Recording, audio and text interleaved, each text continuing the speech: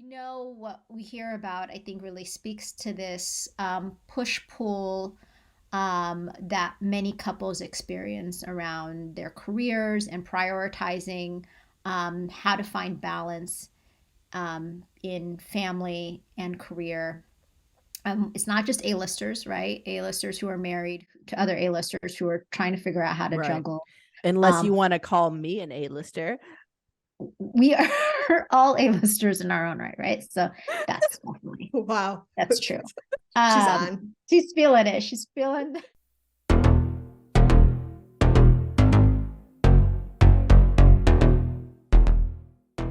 Welcome to Attached, a podcast about the loved ones we're attached to and the good, the bad, and the ugly advice about those relationships that, you know what, maybe we shouldn't be so attached to them. We here at Attached want to share ways to enhance your relationships and debunk all of that bad relationship advice using science. I'm Dr. Patricia Robertson at the University of Tennessee, Knoxville. I'm Dr. Sarah Woods at UT Southwestern Medical Center. And I'm Dr. Sessa Nagash at San Diego State University. Today, Sesson will bring us a conversation about Gisele Buchanan and Tom Brady. I think that's how you pronounce her name. That's not right. Just out the gate. I think it's good thing Sesson's doing Poppin Culture. Bundchen. What is it? Bundchen. Gisele. I'm not going to add an accent. I'm pretty sure she's just Gisele. No, It's fine. And the struggle to balance careers and family. It is very challenging indeed. Then in our academic deep dive segment, we're going to discuss the academic article, The Impact of Caregiver Depression on Child Asthma Outcomes, Pathways and Mechanisms. Excited to hear how pathways and mechanisms are different. And then in good or bad advice, we're going to discuss a blog post from Worthing Court. I know, right? Very popular blog on how to avoid fights while decorating your home. If you have advice you'd like us to talk about, send it to us. Email us at attachedpodcast@gmail.com. Tweet us, Facebook us, Instagram us, all at Attached Podcast. And always for bonus content and to support this little tiny podcast, please go to our Patreon page, patreon.com/attached, and become a patron. Also, wherever you listen to our podcast, YouTube, Apple, Spotify, wherever it may be, please rate and review it. And of course, gently touch that subscribe button. But before we get to all of this amazing, hot content, what's up? How's it going? Woods? What's new in your life? What's old? What's old that's new again? Well, I've been getting rid of what's old to make room for what's new. Oh. So, yeah. Emotionally or physically? Wow. Maybe both. I am in the middle of like a mid-fall deep clean, which I feel like something I turn to when I'm like stressed, but also I just like to do every once in a while, like go through all the closets and throw stuff out. And I love it. I tackled the cupboard this weekend, which I do every so often, like probably a few times a year. And my mom does too when she visits. I feel like she will go through the cupboard and like get rid of anything that doesn't need to be in there anymore. And so there's no way that I should have found food products from 2017, 2018. I mean, I threw out, it's got to be 2/3 of my cupboard. Really?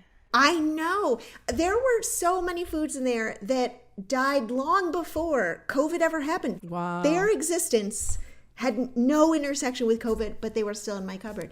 So it's very interesting because in my head, I regularly keep it clean, but apparently good not. thing that I know. Sorry for anyone who's been eating at my home lately.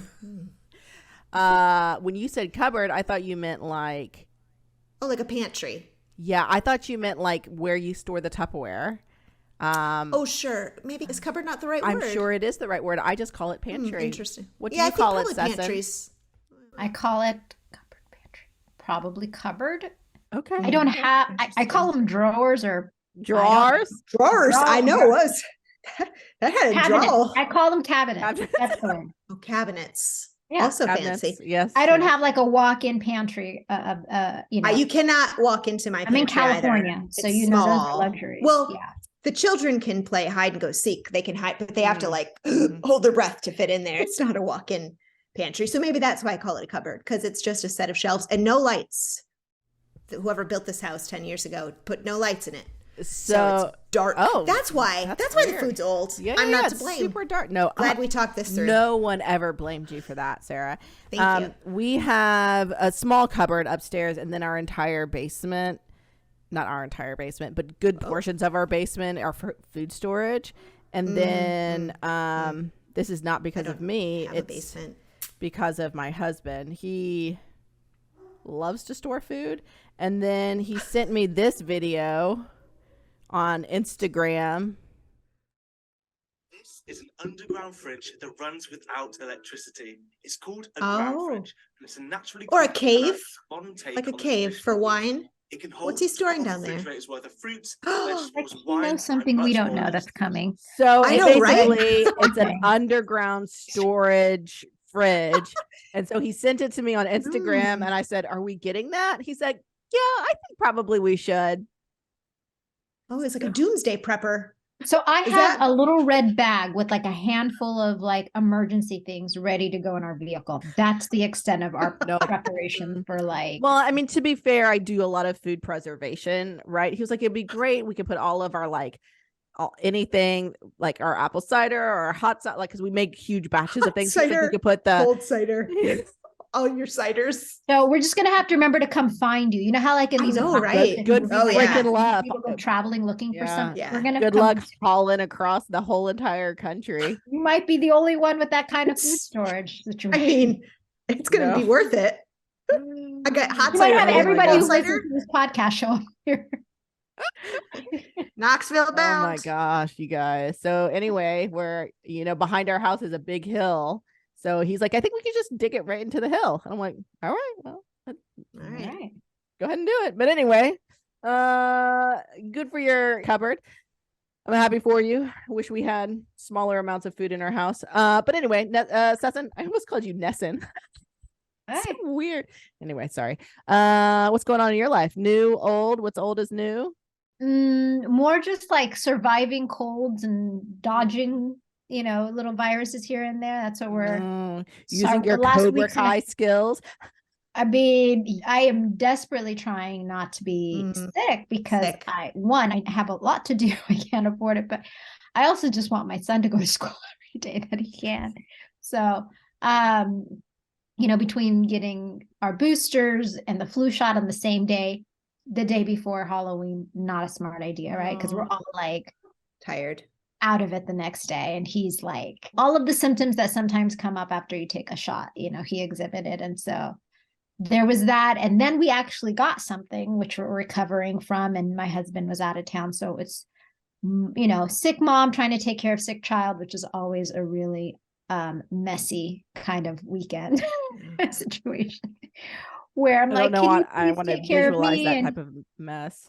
Yeah, it's been more comical than hard in some ways, just because I am the kind of person who wants to be taken care of when I'm sick. I don't like to pretend like I'm not or think I'm okay when I'm sick. I'm like, I'm sick. Everybody's gonna know it. Everybody's gonna want to be helpful, but find me quickly annoying. Like after like a good couple of requests, like it's just like. How many times did you call your husband during that weekend whilst sick? I actually, he's the kind who will feel really guilty and worry. So I kept it at a like, we're fine, little slight good fever. For you. Okay. Didn't really want to put, but when he came back, it was like, I was like, now that you're here, you should know how bad it was. I'm smoothing now. I swear it's psychological because all my symptoms seem to have gotten worse in a period of like 2 hours from him arriving. And he's like, wow, you were this bad. I go, not really. That's how you got here. I held it all in just for you. I think I did. Honestly, I kept saying to him, I was like, I don't know why I feel so much worse now that you're here. Like, it felt really weird. You brought it out of me. But now I'm medicated, so we'll see how long it takes. Things are good. This weekend, my husband and I, like for the first time since COVID, we went out on a parent night out with two of our newer friends. They're the parents of one of my middle child's school friends. And we've only hung out with them like 2 or 3 times. And so we were going to have them over to our house for dinner. And they were like, hey, our church has like this parent night out where they take care of the kids from like 5 to 9. Do you guys just want to go to dinner? And I was like, oh my gosh, I haven't. I don't think we've been out with just another couple without kids. Definitely pre-pandemic and maybe even a little bit before that. It's been a while. So we were like really excited about it, but also a little bit nervous. And so we prepped ahead of time, like the Friday before during work. We were like, okay, let's brainstorm some topic ideas of what we need to be able to talk about and stuff like that. No, I know. Wait, you prepped for your dinner, for your outing? Yeah. Oh, okay. Do you guys not? Is that not a normal? She just adjusted her therapist glasses. Did you see that? She just. Whoop. Okay. Well, I just like to have a list of topics that will be good conversation starters in case there's a lull in conversation. I'm about to adjust my therapist glasses. That is such a normal thing. I wouldn't say normal, but is it appropriate? Sure. Normal? Does it work for you? That's good. Therapist phrases spit at me. Oh no. Anyway, it was a lovely dinner. Just so you guys know, the preparation was not needed. The conversation flowed wonderfully. And it was a lot of fun. You still got it. Look at me. COVID didn't take away this social butterfly skills. I didn't do that move whilst on the parent outing, just so you guys know. But it was a lot of fun. It was enjoyable. We went to this Mediterranean restaurant who they didn't even serve alcohol at this restaurant. So I had all my skills intact whilst completely sober. Oh no, Sarah, what does that face mean? No, that's good. I'm listening. Go on. I thought it was a really good fun time. And then afterwards, the next day, debriefed with my husband, said, did I do anything terribly awkward? Did you do anything terribly awkward?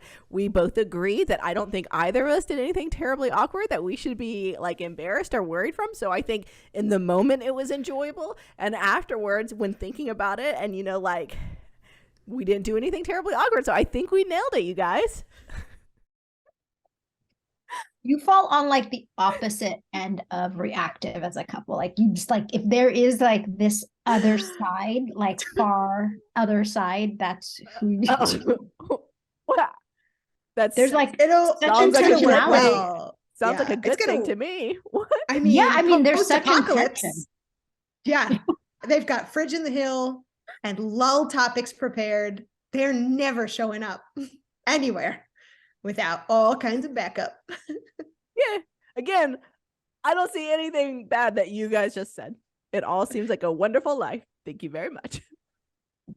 For sure. Oh man, that's special. I love it. I can't wait to do it again.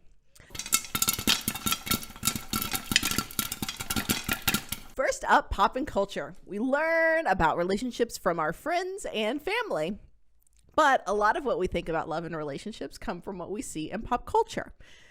For this segment, we take a moment to highlight events in pop culture that influence people's lives and how we view relationships. Sesson, what do you have for us about Gisele and Tom Brady? Yes. So, unfortunately, it's never, I think, fun to talk about people in difficult, circumstances. But after 13 years of marriage, the supermodel Gisele and her now, I guess, ex-husband, NFL superstar, some refer to him as the GOAT, Tom Brady, announced they were divorcing recently. And their divorce actually happened fairly quickly. I think they might actually be divorced already. Oh, wow.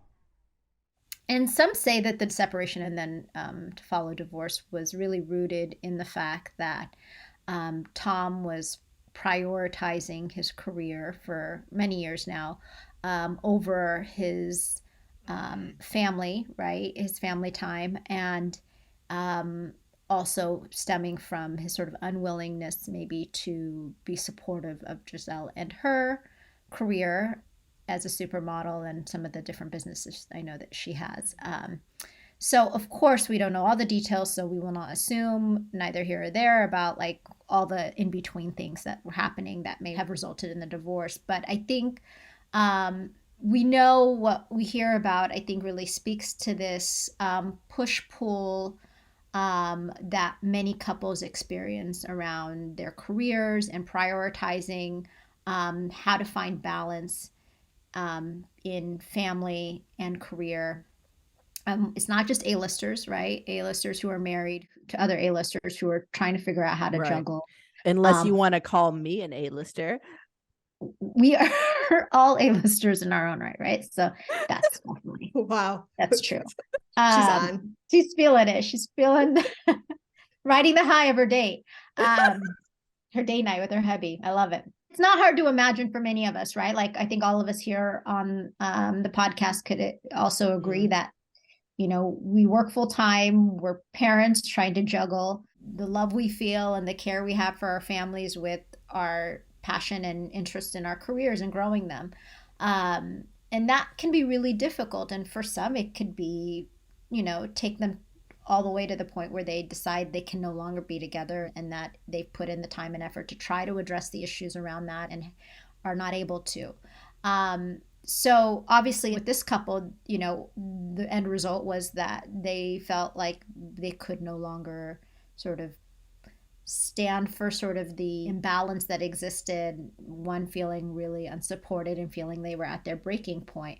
And I think, for some of us, we have some conversations, difficult conversations, and see improvements. But for others, I mean, these conversations can happen for years, right? Where you're feeling like you're constantly asking for there to be better balance between the two and for more support when one's career doesn't feel like it's being noticed or valued or prioritized. And it's hard. It's really, really difficult, especially in this day and age, I think, to manage career goals and navigate, household responsibilities. We've talked about it on the show, right? Sometimes how those responsibilities are inequitable and how sometimes it leans on women to really step up into those roles, and the resentment, the contempt, sometimes that leads to just feeling exhausted and burned out by everything in our lives, right? When we're feeling like there's an imbalance and we don't feel that support.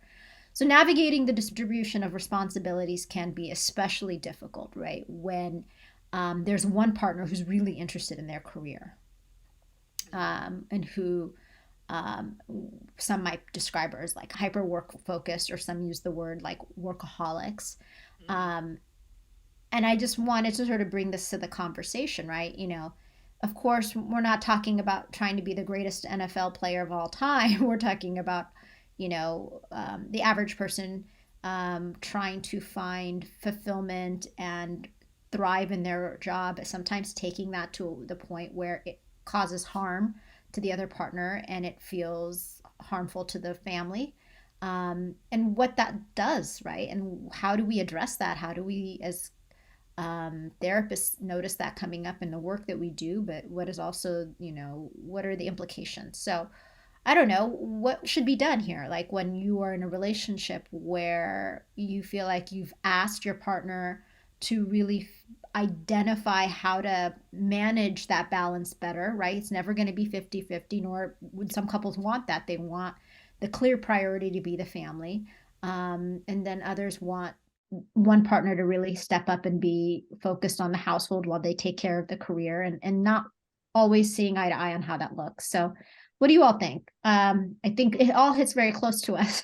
Yeah. So, but at the same time, maybe we have some ideas about this from our understanding of the research and our own clinical work.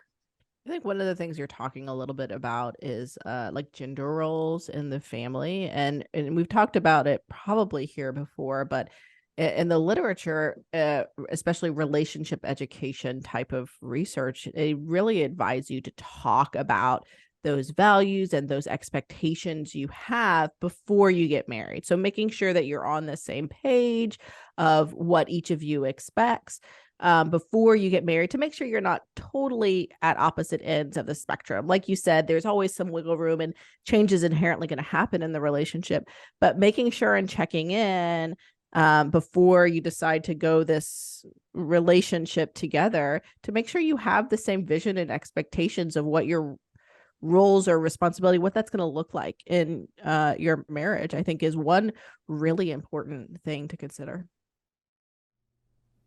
Yeah, it's hard to sort of think about this topic and not think about how gender is often a part of this dynamic in terms of the work family spillover and then who carries the majority of the responsibility for the childcare work on top of the paid employment work outside of the home, and how quickly that resentment you're talking about, Sesson, can build in the face of doing multiple jobs while another person may not be necessarily picking up that shared workload.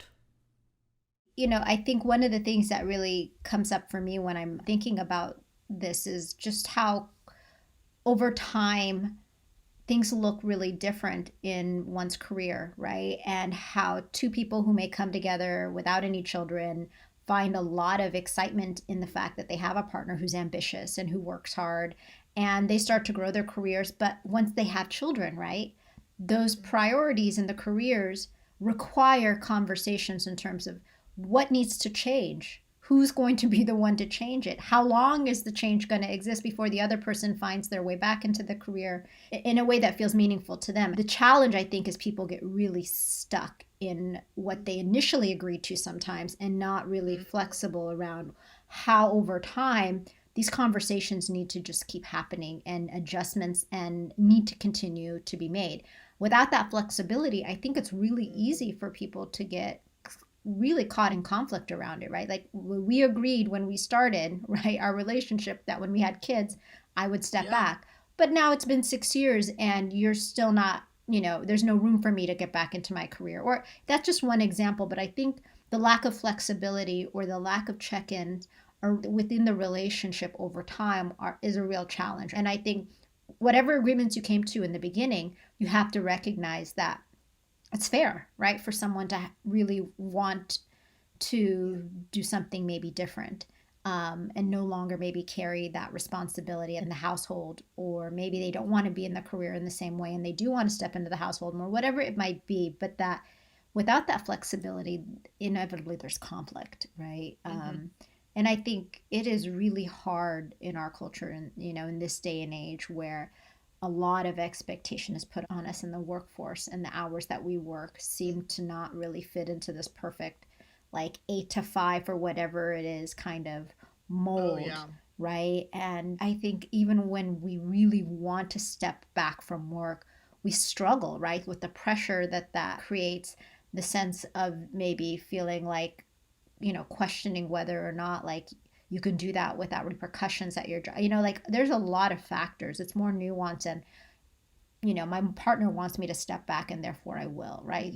There's a lot of considerations, and especially if you work in a workforce or a work environment that isn't very family friendly, right? You have to sometimes advocate for your needs and your family's needs in ways that the system doesn't really set you up to feel like you have that support and can do that safely. So I think it's hard, and I think the culture around us makes it a bit harder for couples. Absolutely. I mean, it is trying to change your pattern of work so that it can be a little bit more balanced within the family or however your family wants can be really challenging. I think Woods just sent me a tweet.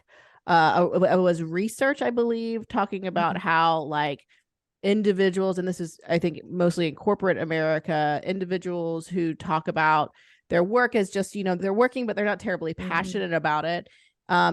Even if their performance is the same as people who talk as if, their work is their life and they're very passionate about it, actually are less likely to get a raise and get promotion, because they are just verbalizing the fact that, I'm working, but it's not my super passion. So, not being super passionate about your job or verbally, being so excited and saying that it's your life, you could actually, there are consequences out there. So it's a very, very hard balance to find within yourself, and also then the added layer of your family too.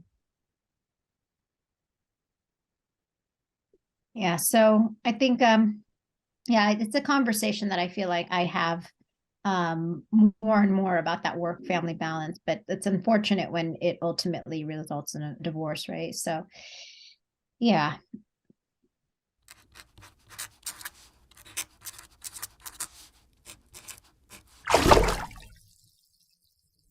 Next up, an academic deep dive into a new research on treating children's asthma. Asthma, you say, on a podcast about relationships? Absolutely.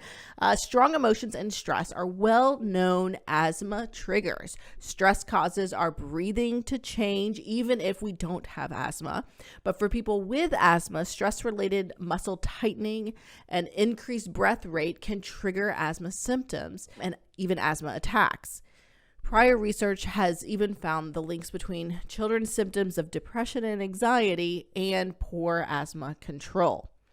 But it isn't just stress experienced by a child with asthma that matters. Research has also found that caregivers of kids with asthma are more likely to have depression and anxiety than caregivers of healthy kids. Caregiver depression has been associated with increased unplanned visits to child asthma clinics, and caregiver anxiety has been linked to asthma-related hospitalizations. In this episode, we're going to do a deep dive into new research just out in the Journal of Allergy and Clinical Immunology in Practice. That is the first to look at whether treating parents' depression, so specifically treating the parents' depression, not child, might actually result in improving kids' asthma control. The research team, led by Dr. Sherwood Brown at University of Texas Southwestern and Drs. Bruce Miller and Betsy Wood, we know her, at the University of Buffalo, points out that most earlier research of caregiver depression and child asthma were cross-sectional, meaning it's impossible for us to know whether change in one is associated with change in the other because it's cross-sectional. All of the data points are at the same point in time.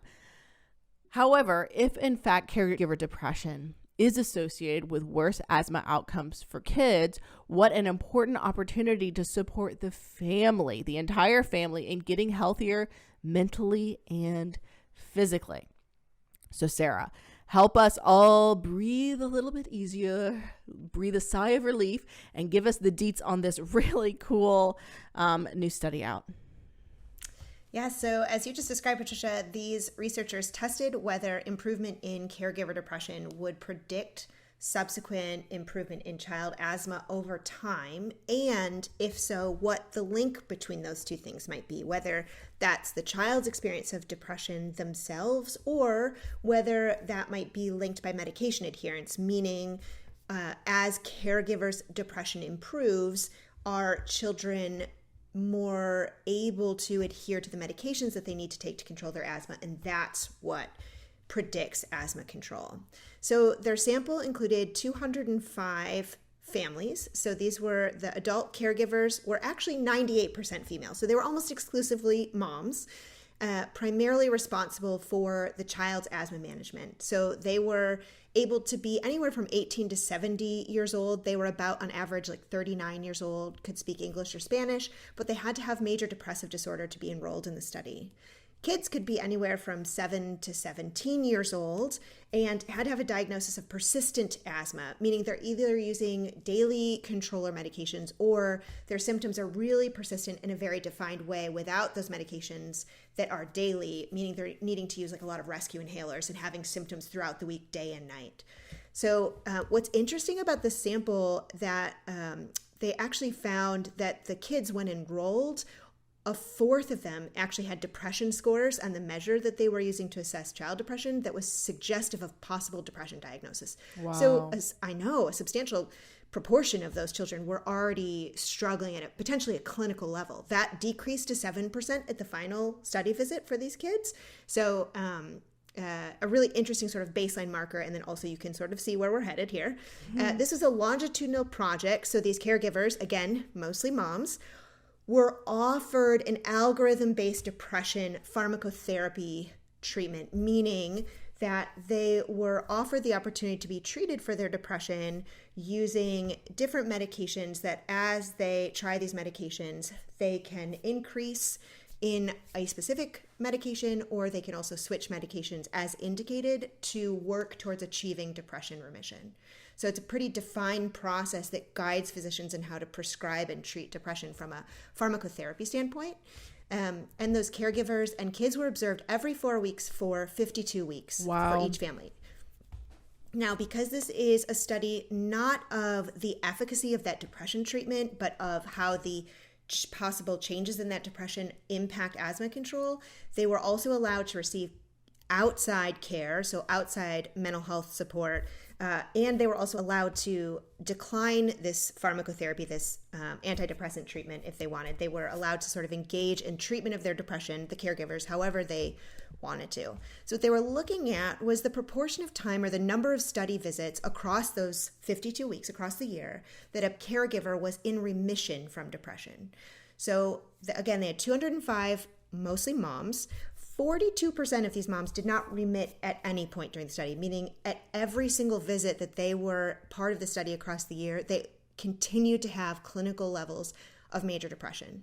But of those that did remit, meaning their symptoms dropped below that clinical threshold during one or more study visits, the average amount of time for that portion of the sample to spend in remission was 45% of the time across the year. So there's a lot of variation in how these caregivers were achieving relief from their depression, which I think is important.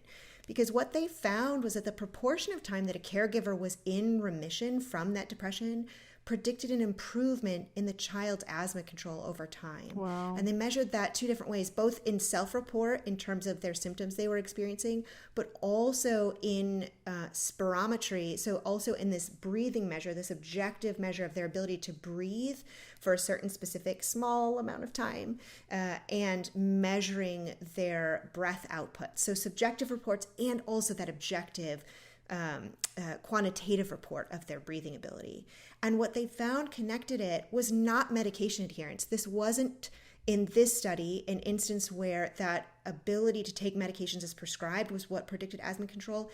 It was actually a decrease in the child's depression. So as mom's depression decreased, kids' depression decreased, and their asthma control improved, which is so very incredible. So such an opportunity to sort of think about how we treat kids and we treat families, how we support families, right? Right. So this was, again, I mean, a limitation, I think, is that this is mostly moms. Now, the authors argue, and I would agree, that's probably representative of who brings kids to asthma clinic visits, who brings kids to their doctor's visits is often moms, but this caregiver sample does not have any large proportion of dads. It's mostly moderate to severe asthma. It's clinical depression. So there are some factors about the sample that make it unique to this study. But I think it really reflects how powerfully parents and their well-being impacts kids. And we always need to be thinking about supporting whole families and how all of these relationships are tied in together and affecting both mental and physical health, right? And I think what's really important to think about in terms of what we can take away from this research is this is not parent blaming. I think the important frame is that parents experiencing depression deserve support. And if we intervene with people experiencing depression who have children, you have the ability to not only benefit the parents' health, but also that trickles out and impacts and benefits their children's health, their mental health and their physical health, which is remarkable, right? It's really a very, very cool study. And I've been waiting for these outcomes to be published for a while, having learned about this trial several years ago. And I'm so excited to see that they found what I personally was hoping for. It's very exciting. So incredible. And I love the message also you're saying about the power of treating the entire family and how, treating one person's depression and mental health just trickles out, because we do live in systems of humans, systems of families, and we're all linked together. So, knowing the power of that just kind of sends chills through me. So that's amazing. Yeah. I mean, a next really interesting step, I think, would be to sort of look at how environmental contextual factors are affecting parents, right, and affecting kids in these families, because it's quite possible that the impact of the lived environment that these families are embedded in could impact not only mood and their ability to take care of their health, but also impact things like air quality, which is going to affect asthma, sort of specific to this. But this is a really very exciting research that really is one powerful way to prove how important our relationships to our family are. Mm-hmm. I love it. Yeah, I mean, it's always, easy to say. I think, it's important for us as parents to take care of our mental wellness, right? And sort of not always thinking about like the actual health implications on other people around that, right? When it comes down to our children, just to know that by taking care of our own mental wellness, we're actually affecting, these health outcomes for our kids. Like that's pretty profound, I think, way of really framing it. And this is obviously one example, the study of how that looks, right? And I think for many parents, it's a motivator, I think, to do something in terms of addressing. I think depression is one of those things, even when we feel like we're dealing with it, we often sort of deny our symptoms or play it down, or just we don't work actively to get it treated, right? And so it's not sometimes till we think about what it means for other people. And here's a study that really says, like, think about your children, and this is how it could have really helped them. And I think for many parents, that is a better motivator than saying, think about your own wellness, right? I think we will prioritize our family and our children's wellness over our own. And I think this is a study that says like those things come hand in hand. Yeah. That's really important. Woohoo! Boo! Woohoo! Yeah! Finally, time for good or bad advice, where we talk about pervasive relationship advice in our culture. We hear relationship advice from our parents, family, friends. We see advice about how to be in relationships from movies and TV shows. And we read endless advice spewed at us on social media, blog, and those numerous top 10 lists. But this is going to be shocking for you guys, so like hold on to your seats real quick. A lot of it just actually isn't good for our relationships. I know, right? This is the part of the show when we use science, mind you, to decide if the advice is good or bad. Or a little bit of both. Sometimes we say, oh, this is good and this is bad about it. It's fine. If you have seen or heard any advice you'd like us to talk about, send it to us. Email us at attachedpodcast@gmail.com, or get at us on the Twitter, the Instagram, the Facebook, all of those things at Attached Podcast. While you're at it, please kindly rate and review and subscribe to our podcast on your favorite podcast app or YouTube. And then, as always, share it with your loved ones. They love podcast recommends. I just know it. I feel it in my bones. Also, we always have a bonus good or bad advice for our Patreon subscribers. If you want that bonus, sweet, sweet bonus content, please consider becoming a member at patreon.com/attached. So, 'tis the season. We're kind of in the middle of decorate your home, Christmas vacation style if you want to. So I was wanting to see if there is any advice out there about how to decorate your house together as a family and avoid any conflict that some people have. If you remember Christmas Vacation, there was an intense conversation about how many lights to have on your tree or on the house. And there were... What's his name? Chuck Griswold? No, what's his name? Clark. Chevy Chase? Chuck. Yeah. Clark Griswold. And by the end of the show, Clark definitely had a full-on meltdown, culminating with, cuss words and stuff. So anyway, I couldn't find anything specifically on decorating your house for winter holidays. And how to avoid disagreement. But I did find how to compromise over decorating your house when you can't agree on worthingcourt.com. So they have a couple of tips, and I am just curious what you guys think about these tips about how to avoid conflict when decorating your house. Tip 1. Wait, first off, are you guys ready? So this is advice specifically related to this context of just decoration. Okay. Decorating your house. I'm not going to take it beyond that. Okay. Got it. I was going to say, unless it is so profound that you decide apply liberally.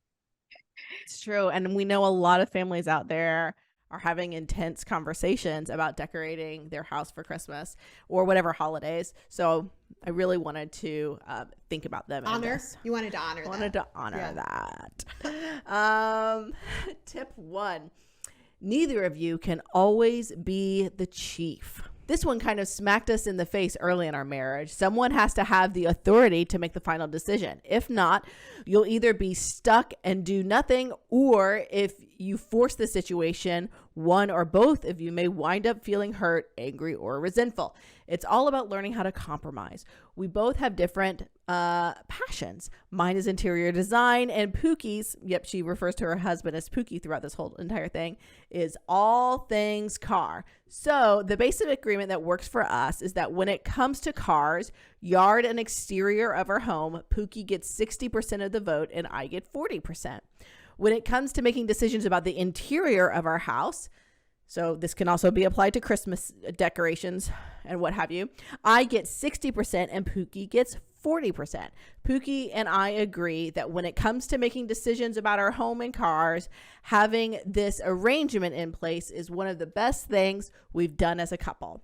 So tip 1, good or bad advice, what aspects of it you think are good and bad and so on. Tip 1, neither of you can always be the chief. Woods, what are you thinking? 60-40 feels so close to 50-50. It doesn't feel like it would be a clear dividing line. Yeah. I think if the advice is pointing to the importance of compromise and playing to each other's strengths, then that makes a lot of good sense. In terms of what I'm also hearing her say is sort of talking about that ahead of time. They've made an arrangement that works for them, which is fabulous, right? They have an expectation of this is what I really want to prioritize and this is what they really want to prioritize. And we've agreed on that. And we not only agreed on it ahead of time, we've come back and debriefed about it after the fact and agree. It's so super helpful. Debriefing is so good to do. So I think sort of thinking about, is it flexible and adaptive over time is probably also important, but they've set these expectations up front, and that sounds valuable for decision making. Okay, so we're edging more towards good advice, valuable advice. Good advice. All right. Yes. Sesson, thoughts? Good or bad advice? Yeah, I think overall it sounds like decent advice to me. I'm not sure how the formula, how that works, but I imagine they were just being 60-40. I think is one way to do it. But again, I'm thinking more about, well, first off, I think anytime you are sharing the lead, it's helpful, but it's not realistic. I think in life, there are a lot of situations where one person takes the lead and the other sort of just trusts and follows, right? And that effort. And negotiating what those areas are, I think is really important. But the aim, I don't think, should always be like, we have to make every decision together and have equal say. That's exhausting. I mean, there's too many decisions to be made in life. So really prioritizing who makes what decision, I think, is really helpful up front. And really, I think, too, when deciding, okay, when the person who typically doesn't have a say over this does have a say, and maybe like more of a 50-50 say, it's when there's safety concerns around that particular thing. But otherwise, yeah, I think, sort of deferring to your other partner to take the lead in an area they're either passionate about or really effective at, it makes sense. It's an efficient way of sort of engaging in life as a couple, right? And getting things done. So I think overall it's decent advice. It can keep people really happy because I think we all have the things we want to lead and sort of take charge of in our relationships. Don't always want to have to ask our partner at a return for permission or consultation. Agreement. I think 80-20 sometimes sounds about right to me. 80-20. Okay. For Sesson, in terms of decorating the house, 80-20 is what they have going on. Okay. So good advice overall. All right. We're going to skip ahead to tip 3. Recognize that you are different genders. By nature, you'll approach things differently. Oh boy, this one took me a long time to realize. There was 4 O's there. A long time to realize and then ultimately accept. Bottom line, a man's brain is wired differently than a woman's. It just is. We communicate and express ourselves differently. You should have been here when we were discussing the board and the banter treatment that we just added to our foyer. Talk about communication differences. I realize this is a generalization and there are various degrees of these differences, but overall, I believe this can have a huge impact on most of our decision making in all aspects of life as a couple. I know what a challenge this can be, so I wrote a post. You can go to the post, which you can read by clicking there. So, good or bad advice, recognizing that you are different genders. By nature, you'll approach things differently. So that's bad advice. That's not supported by research. That reminds me very strongly of that Men Are From Mars, Women Are From Venus book that came out, I think, in the early 90s. And yeah, sometime in the late 1900s it did come out. Late 1900s. And then subsequently wrecked relationships and somehow earned such a permanent spot in, I think, our cultural conceptualization of how people work for decades. It's not actually supported by research that this is a nature difference. They may very well have different styles in communicating that may or may not have anything to do with gender. But there are cultural differences in ways that we acculturate men and women in terms of communicating and connecting. But the assumption that we need to sort of understand that we are naturally wired differently and therefore we are destined to come into conflict, let alone when talking about decorating, is bad advice. Bad advice from Sarah Woods. Sesson? I don't know that I could say it any better. I think so bad advice with a exclamation point on it from Sesson. I completely agree with you both. I think that almost any two people you throw into a room together, regardless of their sex or gender, are going to have different communication styles. I have different communication styles from Woods. I have different communication styles from Sesson. And we both have been through marriage and family therapy school together. So it just is what it is. People are different and you have to hang out and like figure out what the communication between you two look like. It just is what it is. All right, so moving to tip 4, be patient. Don't try to rush an agreement. I have found that using inspiration photos from Pinterest often does a better job of getting my idea across than me trying to explain it. Surprisingly, Pookie can't read my mind and isn't able to see the end result that I have in my head. Give the other person time to mull your idea over and think about it. So, Woods, good or bad advice? Be patient.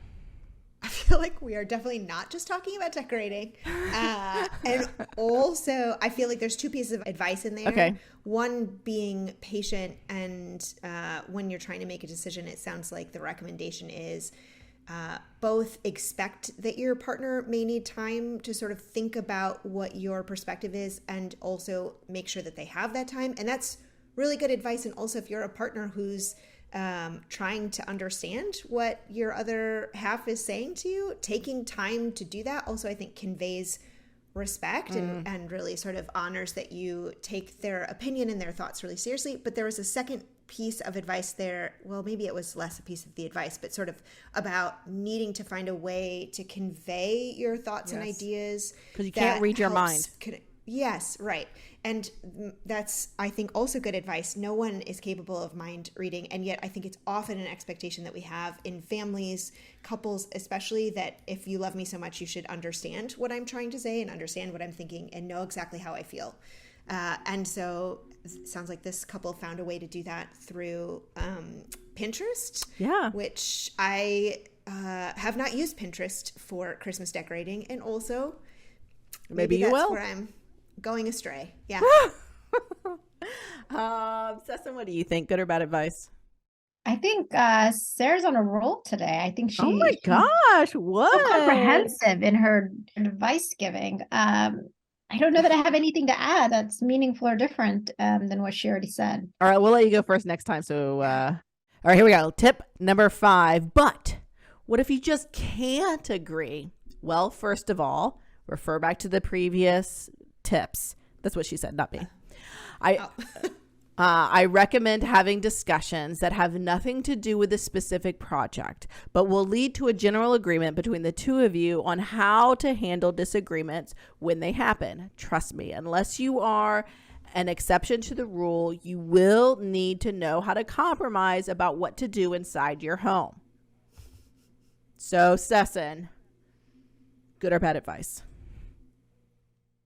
I think overall that's pretty good advice. I think the idea that I'm always a big proponent of having conversations that are outside of a conflict, a particular conflict. It's that I think you are more emotionally regulated going into those conversations, a bit more prepared. And I always tell couples, you fight fair and you negotiate, I think, more reasonably when you're not in the heat of a conflict or really feeling connected to one idea or action taking place. So I like the idea of like, let's set parameters of what it looks like when we can't agree to something. How do we show up in the relationship? How do we still engage each other?